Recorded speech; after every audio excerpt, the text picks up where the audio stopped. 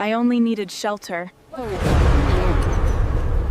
But something beneath that anvil knew my family. No room, no car, no family willing to answer. Just her father's rounding hammer and $10 she had earned washing dishes after midnight. And with that $10, she bought a soot-black fencing foil maker's forge outside Richmond in Henrico County, Virginia, forgotten by county maps since 1971. Half the wooden awning had collapsed. Rain entered through a split in the north roof. The county condemned it on August 14, 1998, and scheduled demolition for the coming spring. Yet beneath its 200-pound Peter Wright anvil waited a sealed brick hollow, unopened for decades, holding money and a history that would alter the shape of her life. Before we continue, if stories like this mean something to you, hit subscribe, and tell us in the comments where you're watching from. We love seeing how far these stories travel. Sasha Mercer had been tempering her whole life without knowing it. She grew up in a narrow Richmond row house where the radiators knocked before dawn, and the kitchen window faced an alley bright with bottle glass. Her mother worked double shifts at a rehabilitation hospital. Her father, Daniel Mercer, kept his fencing jacket behind the pantry door and a coffee tin of steel filings beneath the sink. Daniel was gentle in the deliberate way of men who trusted tools more than speeches. He fenced competitively on Saturdays, repaired practice blades for cash, and never entered a room without noticing what needed mending. Every Sunday after breakfast, he took Sasha to a borrowed shed behind a retired machinist's house in Manchester. The machinist was his uncle, Elias Mercer, a narrow-shouldered man with one clouded eye and hands polished smooth at the fingertips by wire, oil, and heat. Elias taught bladesmithing through ritual. Sasha swept first. Daniel checked the fire brick. Elias set a length of high-carbon spring steel across the anvil and made her listen before she touched it. He showed her how a foil blank changed voice as it thinned, how the fuller must travel straight, and how temper colors moved from pale straw toward blue if the steel lingered too long. Afterward, they wrapped hilts with fine wire, each turned snug against the last, and drank sweet tea from dented enamel cups while the forge cooled. "Steel tells the truth before people do," Elias once said. He meant that a careless strike remained visible, that heat could not be argued with, and that honest work kept a record even when families did not. Elias died in February 2016 after a short illness in Norfolk. Daniel died 3 years later when a delivery truck crossed the center line on Route 5. The shed was emptied before Sasha reached it. The spring stock, wire spools, horn-handled files, and Elias's leather journal vanished into an estate sale. Daniel's rounding hammer alone had been in Sasha's backpack. Her mother married Russell Pike the following autumn. He spoke softly, closed doors without slamming them, and placed rules on the refrigerator in neat blue ink. He measured showers. He labeled pantry shelves. He asked why lights were burning in empty rooms. By the second year, he referred to Sasha's bedroom as usable square footage and her father's tools as unproductive assets. Her mother learned to look at the floor before he finished speaking. On September 3, 2022, Russell set Daniel's hammer on the kitchen table as though presenting evidence. Beside it lay a yellow envelope marked "Back Rent" in block letters. Sasha stood with rain darkening her jacket while he tapped the envelope once. "Sell his tools, pay me, or leave tonight." 8 words. Her mother stood at the sink holding the same dry plate until water ran over her wrist. She did not turn. Sasha wrapped the hammer in a dish towel and placed it in her canvas bag. The house key made a small brass sound when she set it beside the envelope. Outside, the porch light went off before she reached the sidewalk. For 6 weeks, she moved south and east through the city by whatever shelter did not ask questions.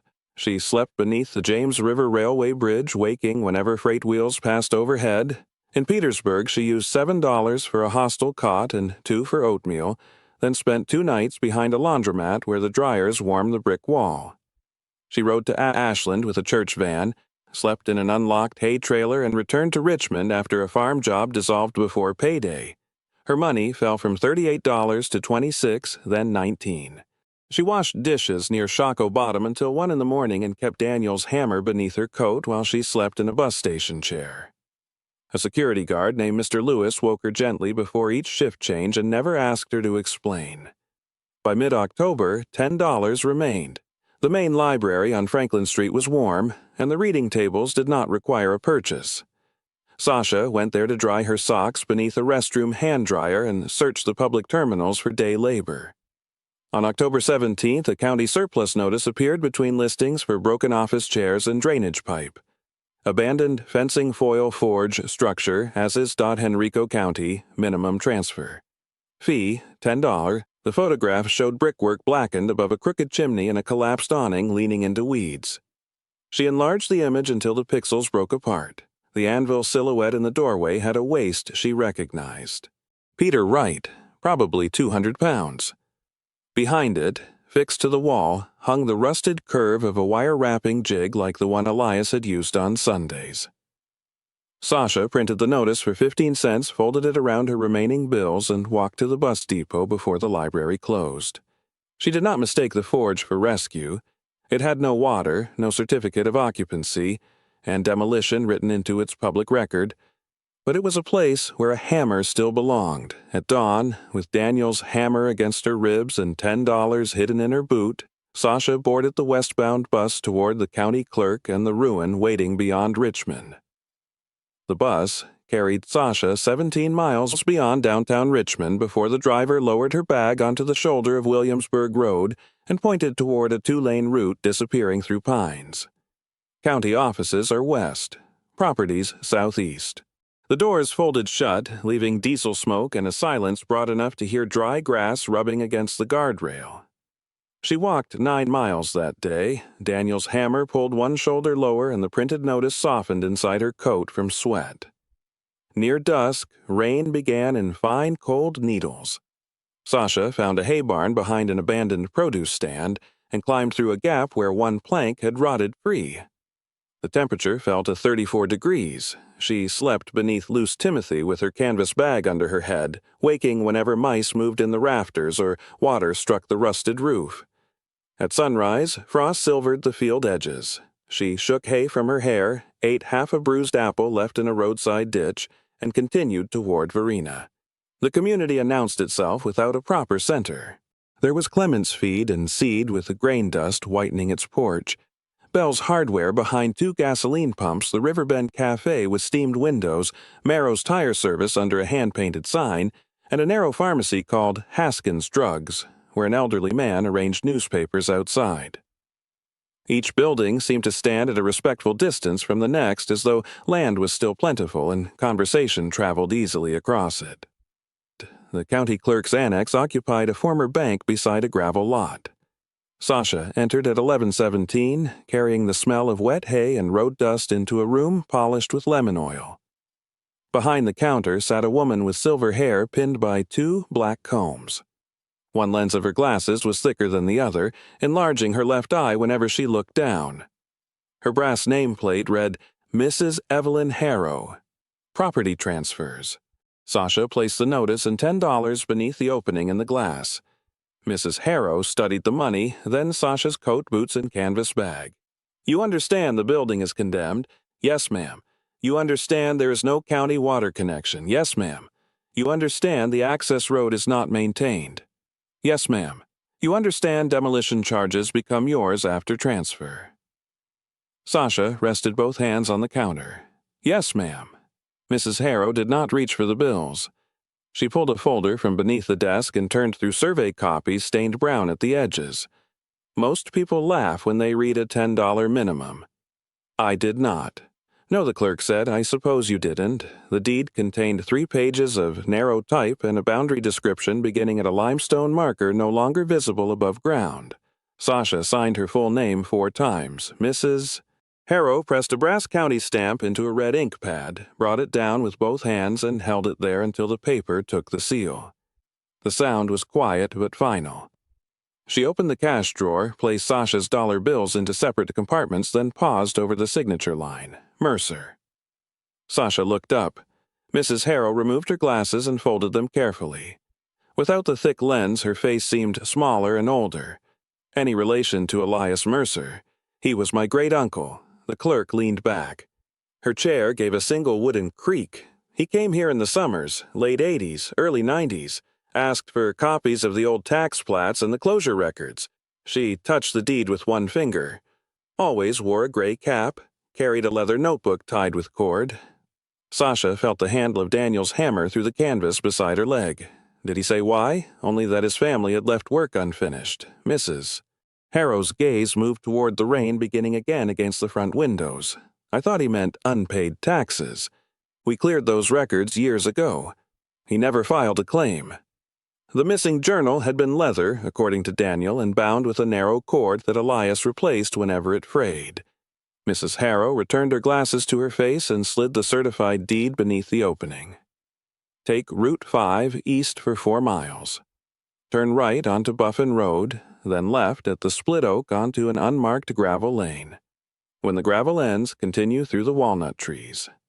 The forge sits near the marsh. You cannot see it from the road. She handed Sasha a small iron key whose teeth had rusted nearly smooth. It may not open anything. Thank you, Miss Mercer. Sasha stopped at the door. Mrs. Harrow glanced toward the cash drawer, then closed it.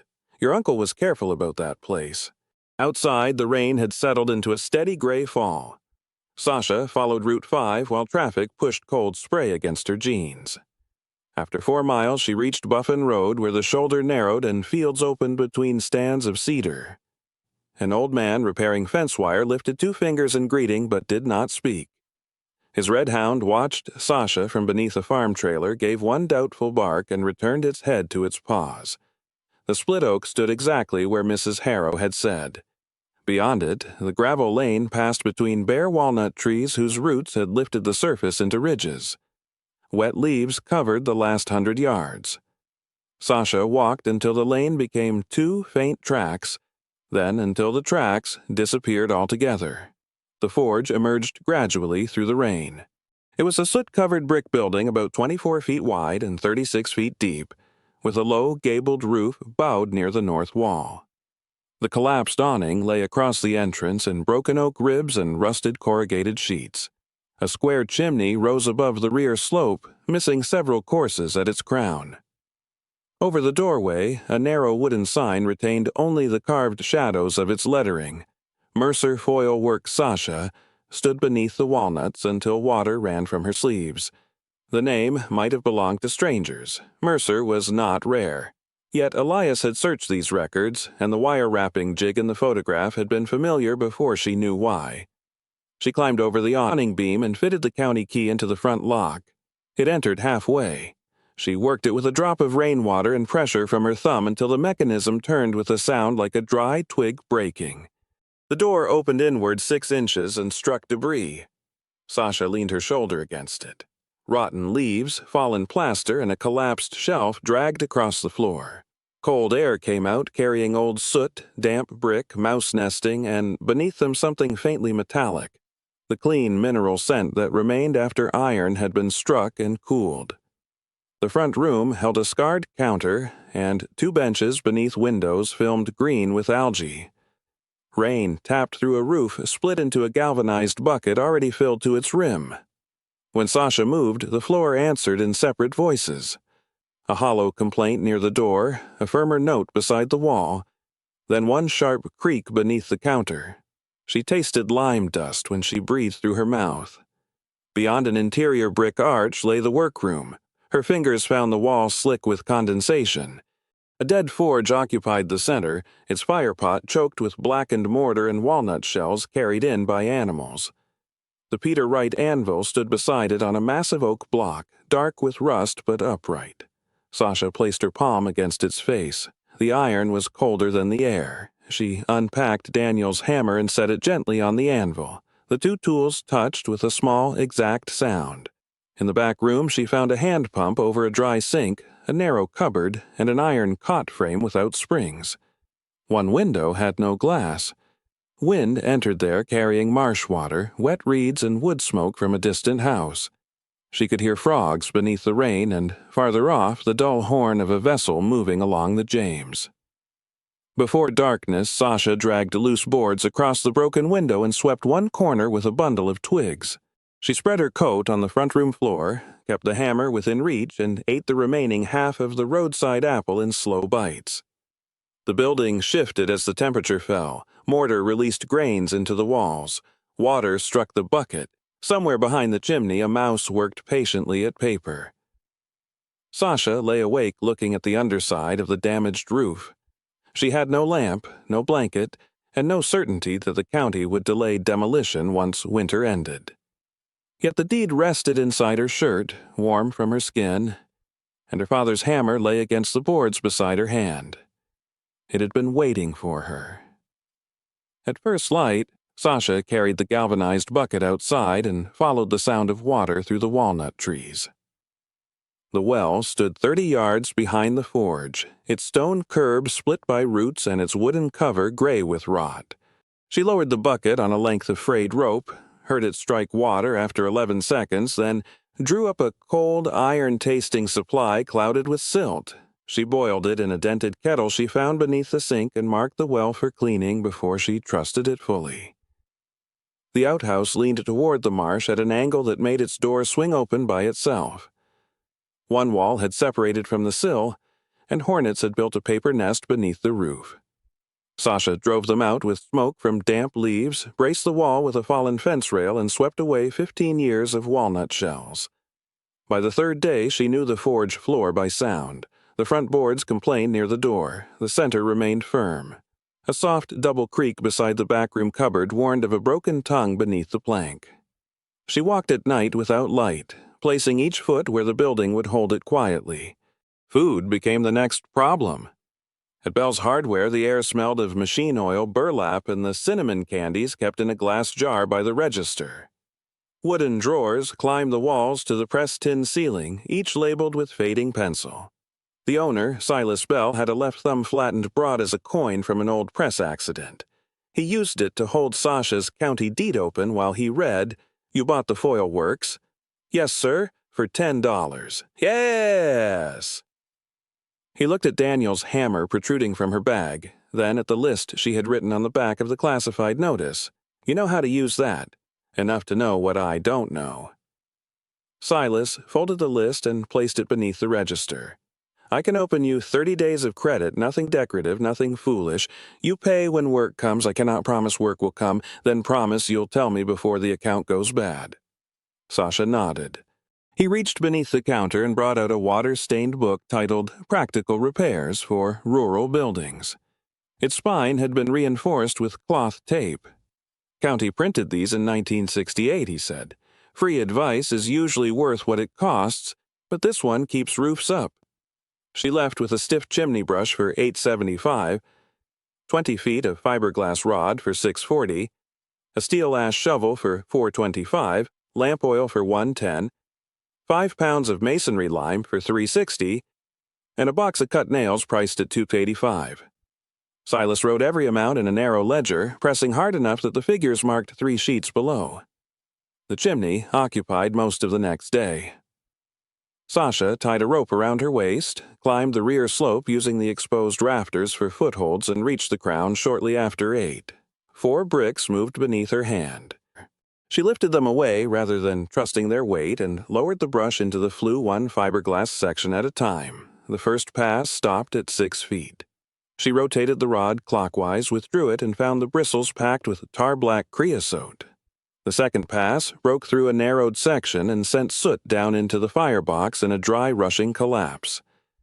She worked from above for 3 hours, then climbed down and scraped from below with the ash shovel, removing 2 buckets of flakes, bird nesting, and hardened deposits as thick as bark.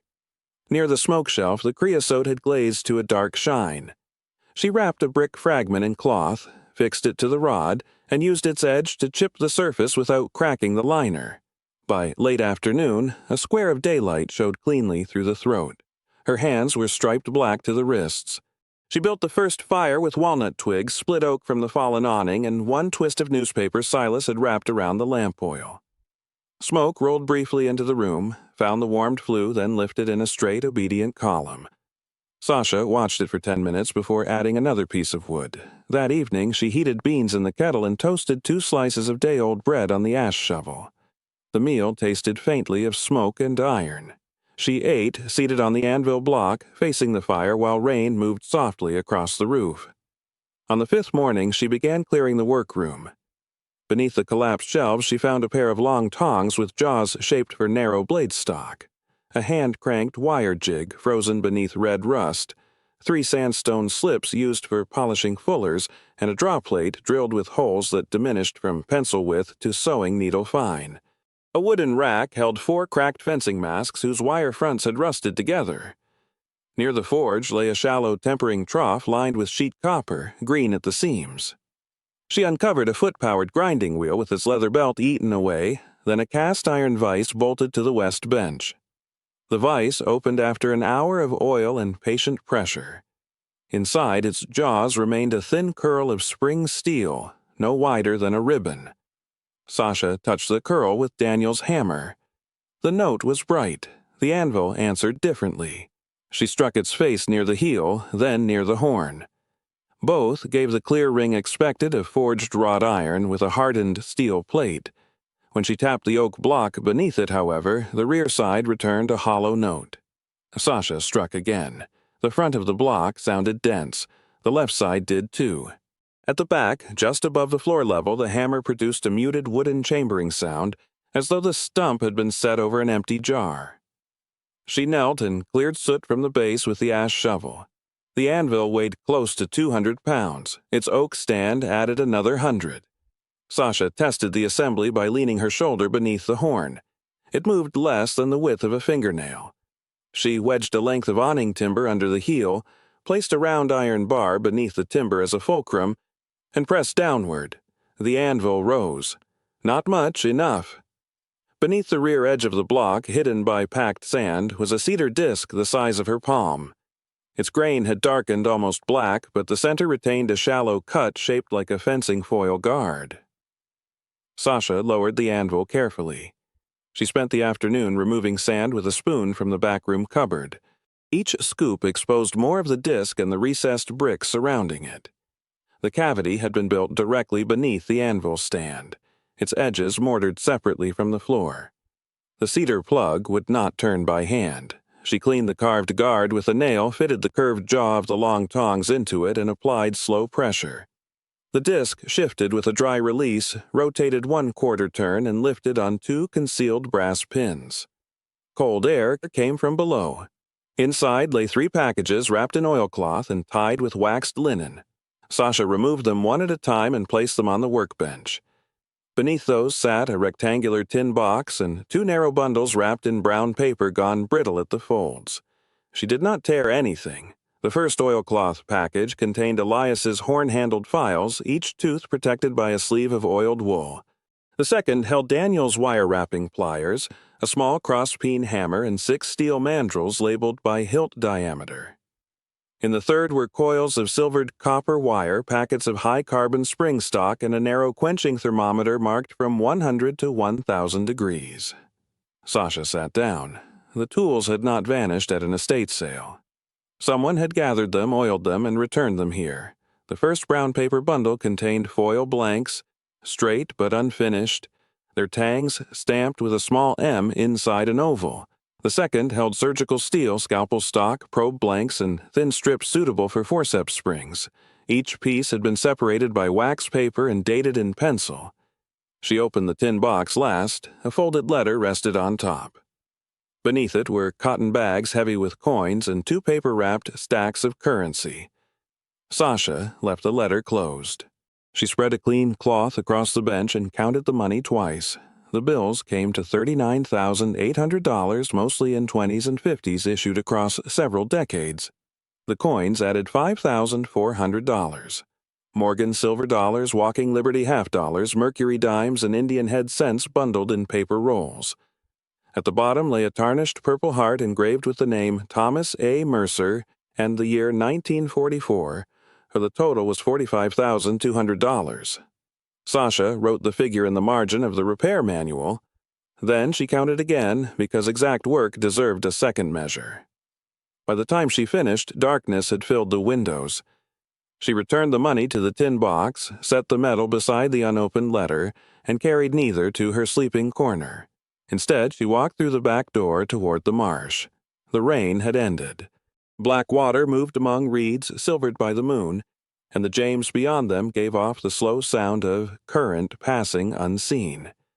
Sasha stood with her hands in her coat pockets while the cold settled through her boots. She had possessed nothing that morning except a hammer, a deed, and debt at a hardware store. Now a fortune waited beneath the roof behind her, along with her father's tools and a letter written by someone who had known where they belonged. She did not read it. Some doors required daylight.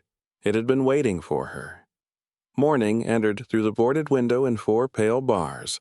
Sasha carried the tin box to the front bench, set the Purple Heart above it, and unfolded the letter beneath the cleanest light. The paper had yellowed unevenly where oil from someone's hands had touched it. Before she read the first line, she recognized the narrow capital M and the habit of crossing every final T twice. Elias had written exactly that way. My dear one, whoever you are, if you have opened this place correctly, then you moved the anvil without breaking the cedar lock. That tells me enough to continue. My name is Elias Nathaniel Mercer. I'm writing on October 12, 1994 in Norfolk, Virginia, after Dr. Miriam Cole at Centara Norfolk General told me the weakness in my hands comes from amyotrophic lateral sclerosis. She was kind enough not to pretend kindness could change the diagnosis. This forge began with Josiah Mercer, born enslaved near Hanover Courthouse in 1841. After emancipation, he worked at the Richmond Armory ruins and opened this shop in 1872. His daughter Lenora, born here in 1878, learned drawing, filing, and wire wrapping when customers refused to believe a woman could temper a blade. Her son, Nathaniel Mercer, carried the work through the First World War and lost his younger brother Thomas in France in 1918. Nathaniel's daughter Ruth kept the accounts through the Depression. Ruth was my mother. I began sweeping this floor in 1939 and learned the fire beside her. On March 6, 1959, Mercer Foil Works officially closed its trade. That date appears in the county records, but it is not the whole truth. During the Depression, Dr. Samuel Avery operated 2 free clinics in Richmond for families who could not pay. Factory instruments were expensive, and some arrived too brittle to sharpen. My mother and grandfather began making probes, scalpel handles, forceps springs, and narrow retractors after the foil orders stopped. The steel left this forge without a maker's stamp because the clinics could not risk questions from suppliers or inspectors. For more than 30 years, no one outside the family spoke of it. The foil work taught us flexibility. The clinic work taught us purpose. A blade for sport must bend and return. An instrument for healing must hold its edge without vanity. Both fail when the maker hurries. If you intend to work here, remember these things. Bring high-carbon spring steel to approximately 1,175 degrees Fahrenheit before quenching. Judge the heat in low light, not direct sun. For thin foil stock, use 3 parts clean water to 1 part brine and move the steel lengthwise so it does not warp sideways. Temper practice blades at 575 degrees for 1 hour, cool them fully, then repeat the cycle. When wrapping a hilt, leave no more than 1 wire's width of drift across 12 turns. A loose grip teaches the hand to lie. The surgical stock requires greater patience. Normalize it 3 times before shaping. Keep the final polish lengthwise. Cross scratches become cracks where blood and heat find them. The money below the anvil came from work, savings, and the sale of 2 parcels that no longer belong to the trade. It is not payment for finding this letter. It is time. Use it to make the roof sound, the chimney safe, and the tools honest again. Do not let money hurry you into work your hands have not earned. Inheritance is not what one person leaves and another receives. It is the unfinished task that still knows how it ought to be done. Your father Daniel brought his tools here after he understood I was ill. He planned to return with you when you were older. After his death, I asked a friend to place them beneath the anvil with this letter.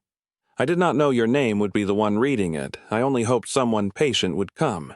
The Purple Heart belonged to Thomas Mercer, my uncle, killed near St. Lo in July 1944.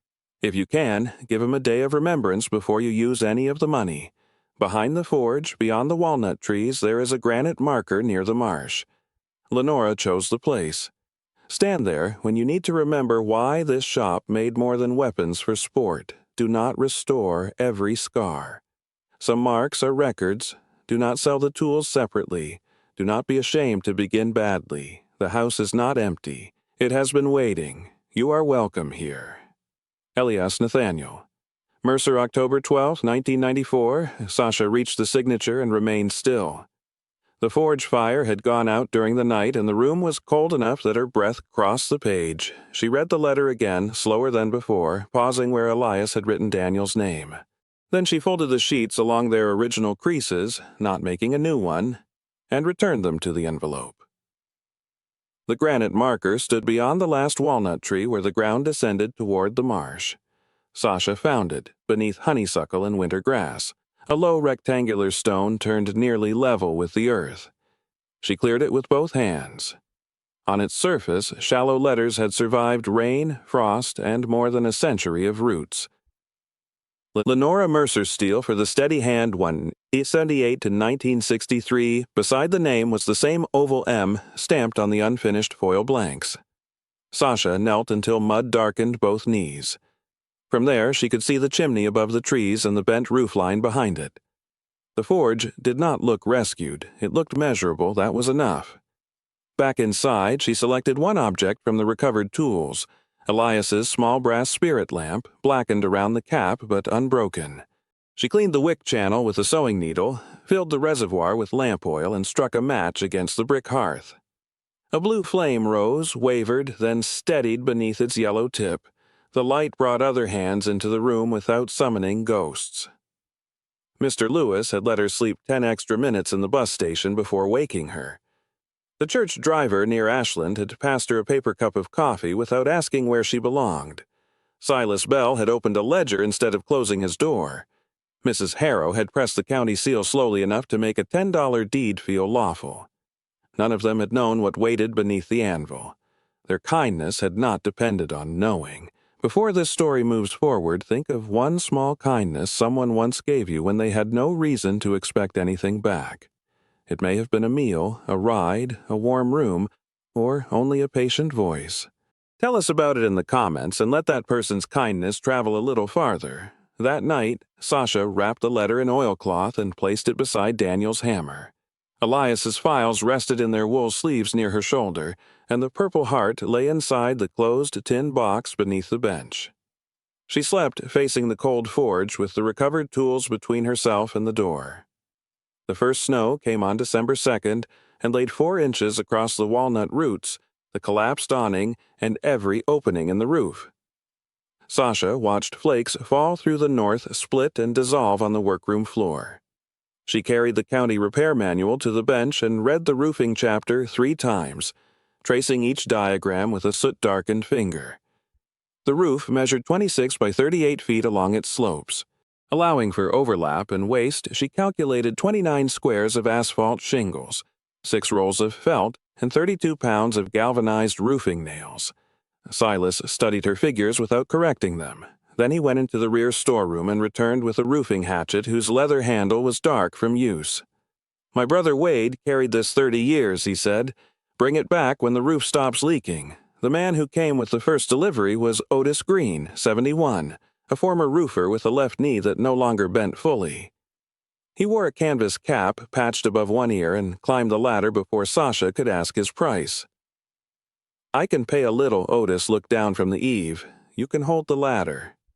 He refused money for 11 days. They removed shingles and narrow strips so the roof was never entirely open. Where the north slope had sagged, Otis showed Sasha how to brace the damaged rafter, cut a matching length of southern pine, and bolt the new sister rafter against the old wood without forcing the roof out of its settled line. They snapped chalk lines across the felt and worked upward from the eaves. Otis taught her to set each nail with 3 strokes, one to place it, one to drive it nearly flush, and one light blow to seat the head without cutting the shingle. "That nail's proud." Sasha examined it. "Pull it." By the 6th day, the muscles between her shoulders burned whenever she lifted the hatchet. On the 9th, sleet coated the ladder rungs, and they lost half a morning warming their hands beside the forge. Otis never hurried to recover the time. They set the final ridge cap on December 15th. That night, rain crossed the county. Sasha sat beneath the repaired north slope and listened. Water moved over the shingles, through the gutters, and down the temporary barrel spout. Nothing struck the floor. In January, white powder began gathering on the hearth beneath the chimney. The lower bricks had spalled from years of damp heat. Their outer faces loosened in thin shells, and mortar crumbled between Sasha's fingers like dry flour.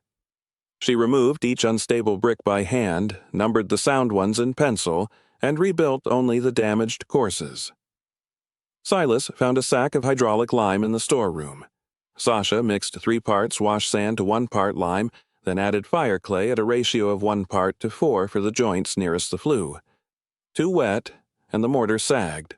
Too dry, and it would not bond to the old brick. For 3 weeks, daytime temperatures remained in the 20s. She soaked the bricks inside where they would not freeze, carried them to the scaffold 6 at a time, and laid short sections before the mortar skinned over. Every 15 minutes her bare hands went numb. Gloves protected the skin but made the joints clumsy, so she worked without them until her fingers could no longer feel the trowel, then held both hands near the forge without placing them close enough to burn. At the chimney crown, she reset the loose courses and cut a sloped lime cap to shed water away from the flue. She covered each day's work with damp burlap, then an old wool blanket, guarding the slow cure from frost. On January 29th, Sasha built a test fire with newspaper and 3 dry oak splits. At first, the flame leaned toward the room. Then the chimney warmed, the draft strengthened, and the smoke rose cleanly through the throat. Outside, a pale column lifted above the repaired crown without spilling from a single joint. Sasha remained beside the hearth until only red coals showed. The floors waited beneath soot, animal stains, and a black coat of old oil. In late January, she lifted the worst boards and found white pine planks fastened with hand-cut rosehead nails. Each nail had been forged with 4 uneven facets and a head shaped by 1 final hammer blow. She withdrew them with a narrow pry bar, straightened the salvageable ones over the anvil, and returned them to their original holes. Silas rented her a random orbit sander for $14 per day. She began with 80 grit paper, guiding the machine slowly enough to remove grime without hollowing the soft grain. The second pass at 120 grit erased the coarse scratches. The final 220 grit pass left the board smooth but not polished, retaining the shallow marks where benches, boots, and falling tools had pressed their history into the pine. Dust entered everything. It settled in her hair, inside her sleeves, and along the edges of Elias's folded letter despite the oilcloth around it. She vacuumed the floor with a machine borrowed from Merrow's tire service, wiped the boards with mineral spirits, and brushed on the first coat of penetrating oil.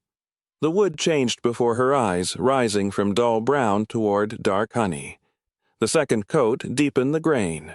After the third, the oldest boards leaned toward mahogany, where heat and iron filings had darkened them beside the forge. She closed the room for a 48-hour cure. One morning during that wait, Sasha rose before daylight and could not make herself open the repair manual. Her arms felt weighted, and every finished surface revealed another task waiting behind it. She walked to Lenora's marker instead.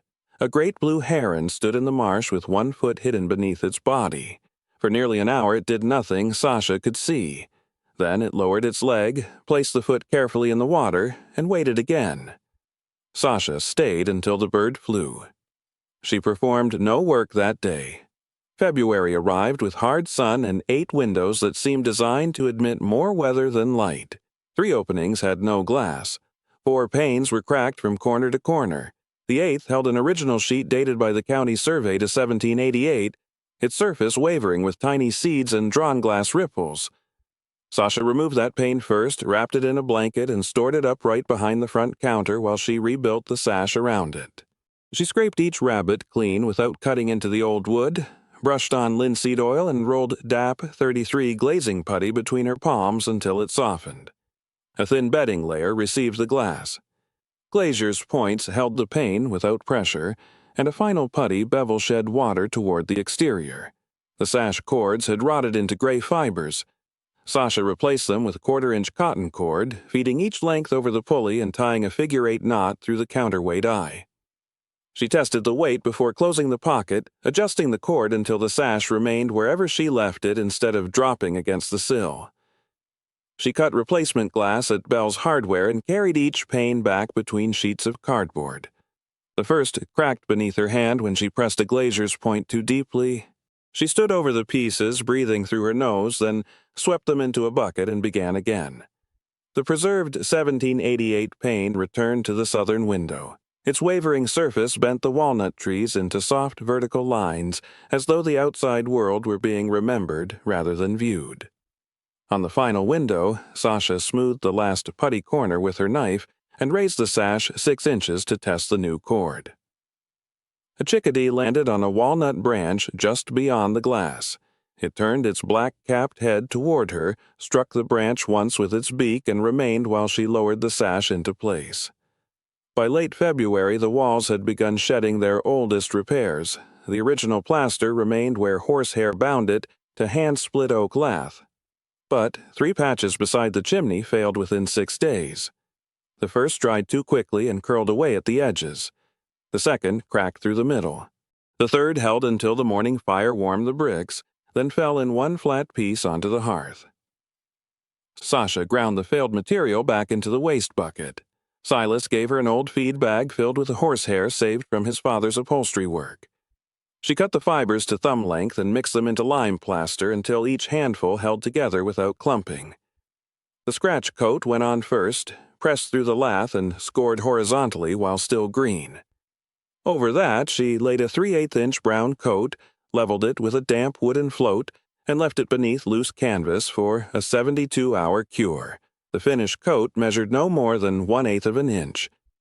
She burnished it lightly when the surface began to firm, leaving enough texture that the new work did not pretend to be old. These patches will hold another 100 years.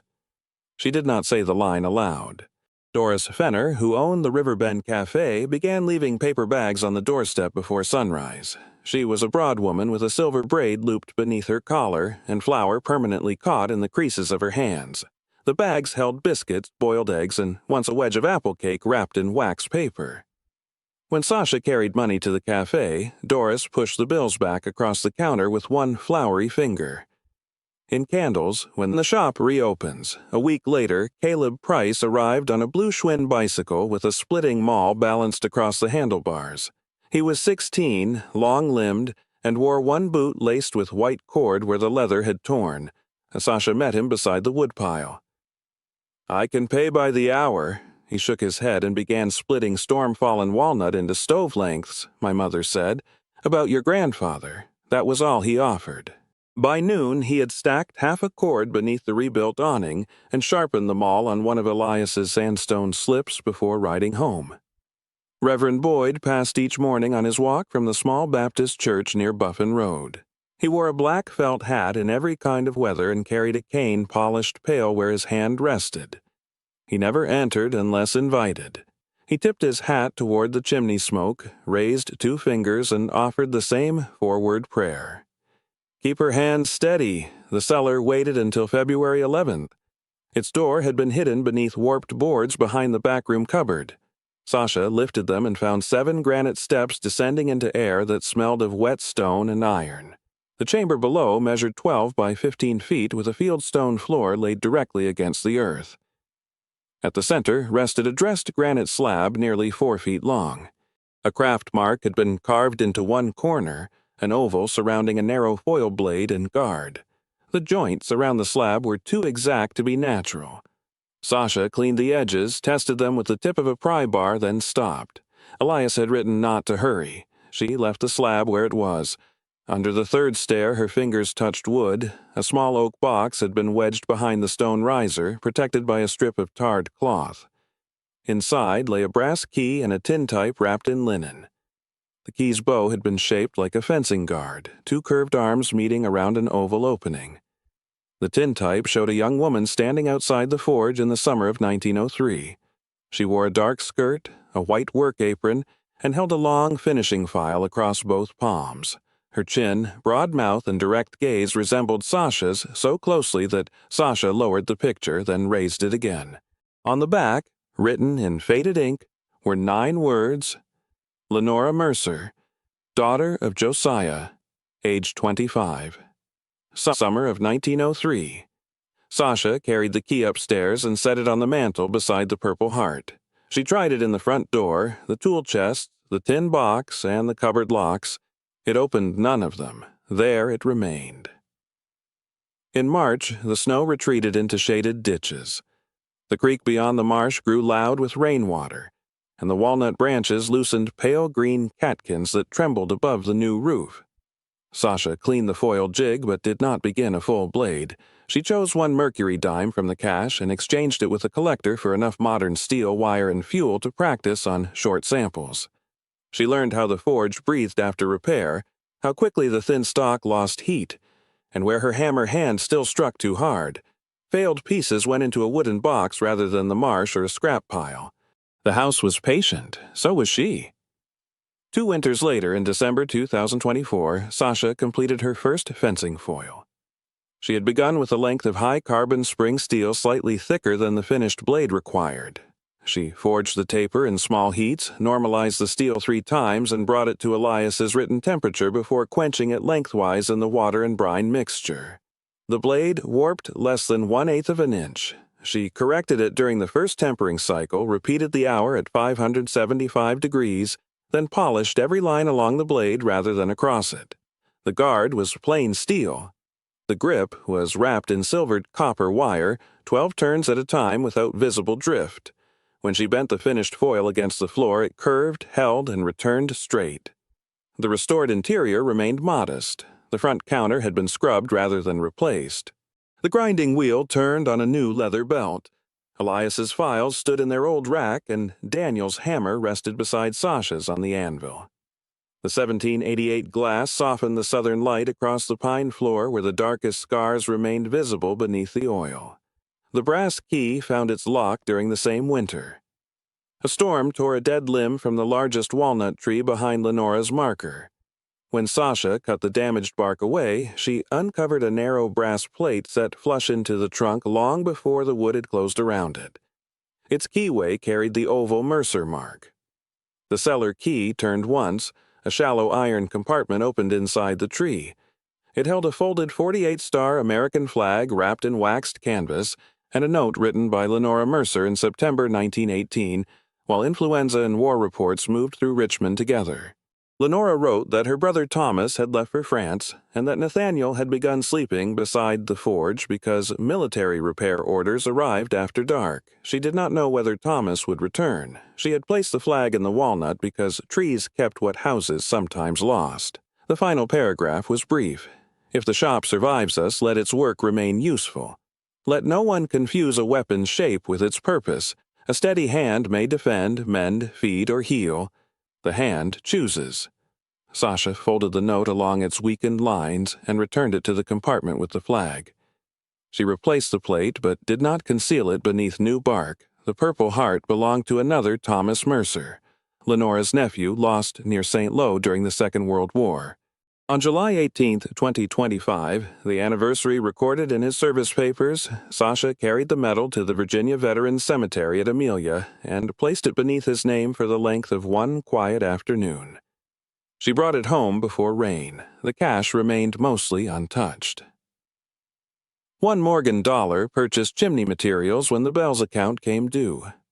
A Walking Liberty $50 paid for replacement window glass. 2 mercury dimes covered steel and wire for practice. An Indian head cent bought the first sheet of heavy paper on which Sasha recorded every repair, cost, and failed attempt. The rest returned to the tin box.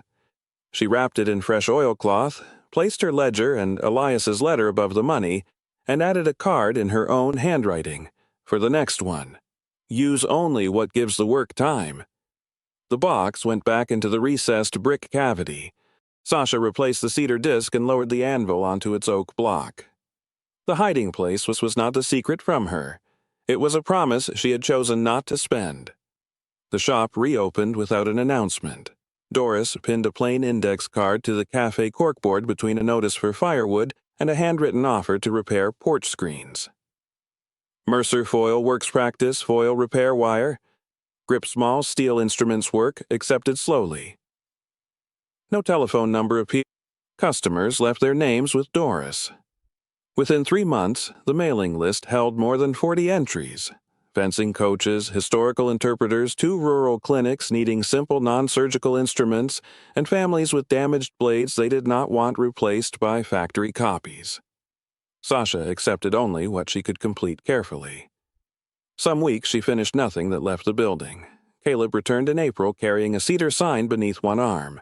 He had grown broader through the shoulders, though the same white cord still repaired one boot. The sign matched the faded lettering above the entrance. Beneath Mercer Foil Works he had carved 2 additional words. Daughters. Sasha ran her thumb across the fresh cuts. There were daughters before me. Caleb nodded. That's why it belongs there. They mounted it beneath the old sign without sanding away the weathered surface above it. The new cedar was pale against the blackened brick. Rain and years would darken it in their own time. That evening, Sasha opened Elias's letter at the front bench and placed a clean sheet beside it. She began in pencil, because pencil could be corrected without hiding the first attempt, "My dear one, whoever you are." She wrote that the north rafter had been sistered, but not replaced, that the original southern pane must be carried upright, and that the chimney mortar contained hydraulic lime and fire clay. She recorded the tempering failures before the successful foil. She named Doris, Caleb, Silas, Otis, Mrs. Harrow, Mr. Lewis, and Reverend Boyd, because a building restored by many hands should not remember only its owner. Then she described the work beneath the forge during the Depression, the instruments made for free clinics, and the reason the fullers and draw plates had been kept. Near the bottom of the page, she stopped and listened to the spring rain passing over the roof without entering. It had been waiting for her. Sasha added one final line beneath it. Now it waits for whoever comes after me. She did not sign the letter yet. Outside, walnut leaves moved over Lenora's marker. The creek carried winter debris toward the James, and the new sign made a small sound against its iron hooks. Sasha closed the front door, leaving the brass spirit lamp burning on the bench behind the old wavering glass. The fencing foil maker's forge waits. It has always waited. At the county clerk's annex, Mrs. Harrow retired the following summer. Before clearing her desk, she opened the lowest drawer and found one of Sasha's $10 bills still lying beneath the old transfer ledger.